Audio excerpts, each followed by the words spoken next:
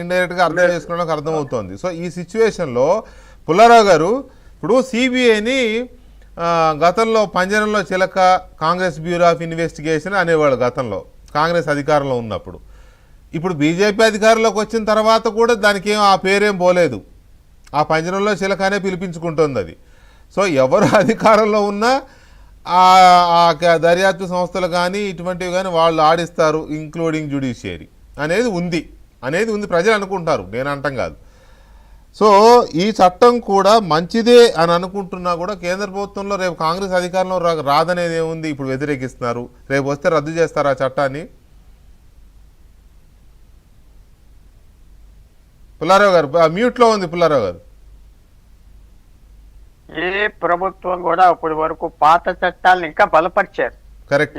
ఎక్కడైనా ఏమైనా తీసేస్తుంటే మనం రీసెర్చ్ చేయాలి.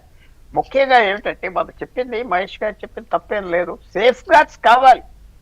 చంద్రబాబు నాయుడు గారు 53 రోజులు బెయిల్ కోసం తిరిగాడు. పెద్ద లాయర్, మీరు మీ డిబేట్స్ లో చాలా సార్లు వచ్చి మాట్లాడారు, మేము మర్చిపోతారా ఆ విషయం మీద. అంత స్టేచర్ ఉన్న మనిషి అన్నా నేను, పెద్ద మనిషి, మనకి ఇష్టమా లేదా అనవసరం. ఒక ముఖ్యమంత్రి 10 సంవత్సరాలు 20 సంవత్సరాలు చేసిన వ్యక్తిని మన వాళ్ళ మట్టిలో కలుపుకూడదు. ఎవరైనా మన ముఖ్యమంత్రులు ఎవరైనా ఉన్నాయి, పెద్దవాళ్ళు ఉన్నాయి, దానికి బెయిల్ కోర్ట్స్ ఇవ్వట్లేదు. ఎన్నోసార్లు సుప్రీంకోర్టు చెప్తుంది బెయిల్ ఇస్ ద రూల్ అన్నారు. నువ్వు బెయిల్ ఇయ్యి, ఆ డిసిషన్ జడ్జి ఎవరు, హైకోర్టు పంపిస్తాడు, హైకోర్టు ఇవ్వడం. ఇది తప్పు, ఇది చాలా తప్పు. ఇప్పుడు వచ్చే లా వ్యాక్యూమ్ ఉన్నది, వ్యాక్యూమ్ ఉండకూడదు. 2012లో పోస్కోని ఇంట్రడ్యూస్ చేశారు UPA government, Manmohan Singh government, prevention of sexual offence against children. చాలా మంచి యాక్ట్ కదా, చాలా మంచి కొత్త చట్టాలు రావటం తప్పు కాదు. అది మీరు బాగా చెప్పారు పుల్లారావు గారు, మంచి పాయింట్ చెప్పారు. ఇవాళ ఉదయం నేను నా కొలీగ్స్ తో కూడా డిస్కషన్ లో, మా ఇంటర్నల్ మీటింగ్ లో పాయింట్ వచ్చింది,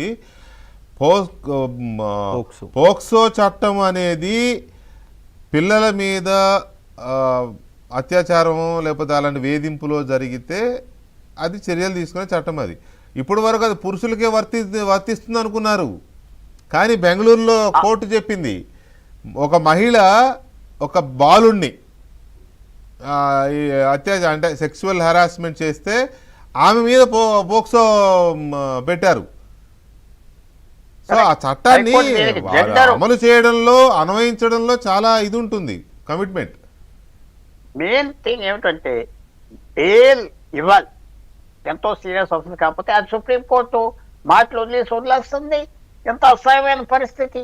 జిల్లా కోర్టు నుంచి హైకోర్టుకి వెళ్ళాలి, హైకోర్టు ఇవ్వరు. అది ఈ లాలో ఆ అమెండ్మెంట్ తేవాలి, తప్పకుండా తేవాలి.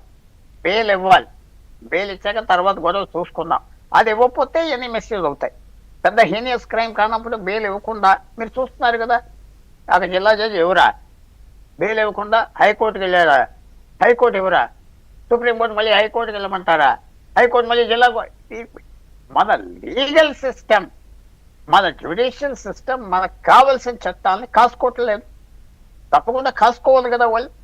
ఒక వ్యక్తి, సామాన్యమైన వ్యక్తి సుప్రీంకోర్టుకు వెళ్ళి బెయిల్ ఎలా తెచ్చుకుంటున్నాడు, ఇల్లు అమ్ముకొని తెచ్చుకుంటున్నాడు. సో తప్పకుండా దీంట్లో ఆ వీక్నెస్ ఉన్నది.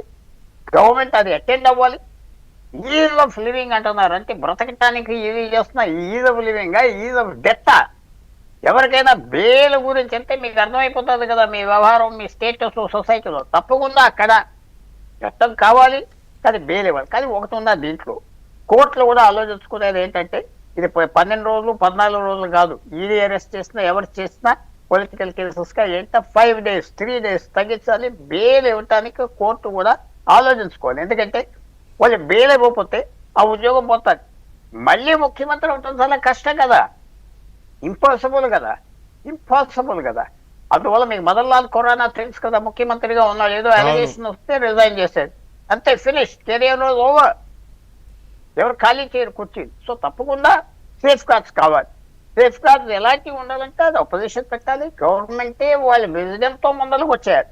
ఈ సేఫ్ గార్డ్ అంటే జ్యుడిషియల్ గా ఉండాలి, జ్యుడిషియరీలో ఆ రకమైన సేఫ్ గార్డ్ ఉండాలి తప్పకుండా. వాళ్ళు ఈ పదవులు పోతున్నాయంటే ఇది ముఖ్యమైన పదవులు, కాన్స్టిట్యూషన్ ఇచ్చింది. కళ్ళు మూసుకుని నిద్రపోయి పెదలాయరు కాదు, ఆటోమేటిక్ బెయిల్ ఉండాలి. కాదు, సింపుల్ అండి, సింపుల్. పుల్లారావు గారు మీరు చెప్పిన దాన్ని మనం కొంచెం అన్వయిస్తే ఒక ప్రైమ్ మినిస్టర్ మీదనో, ఒక ముఖ్యమంత్రి మీదనో, ఒక కేంద్ర మంత్రి మీదనో, ఒక రాష్ట్ర మంత్రి మీదనో ఒక కేసు వస్తే ఆ కేసు దర్యాప్తు సంస్థ ఛార్జ్షీట్ వేసిన తర్వాత కోర్టు ఆయనకి రిమాండ్ ఇవ్వడము ఇవ్వకపోవడం అనే దగ్గరే ఈ పాయింట్ని కోర్టు ఆలోచించాల్సి ఉంటుంది. మనం ఒకవేళ ఇతనికి రిమాండ్ ఇస్తే ఆయన పదవి కోల్పోతాడు కాబట్టి రిమాండ్ ఇవ్వడం అనేదాన్ని 1-2 సార్లు, ఎందుకంటే జడ్జిలకి విచక్షణాధికారం ఉంటుంది కాబట్టి బెయిల్ విషయంలో ఈ బెయిల్ మస్ట్గా ఈ రిమాండ్ ఇవ్వాలా వద్దా అనేది కోర్టు 1-2 సార్లు ఆలోచించాల్సిన అవసరం కూడా జ్యుడిషియరీ మీద ఉంటుంది. అందుకోసం చట్టాన్ని ఆపాల్సిన అవసరం ఉంటుందా అనేది ఒక పాయింట్. ఒక చిన్న బ్రేక్ తర్వాత దీన్ని కంటిన్యూ చేస్తాను ప్లీజ్.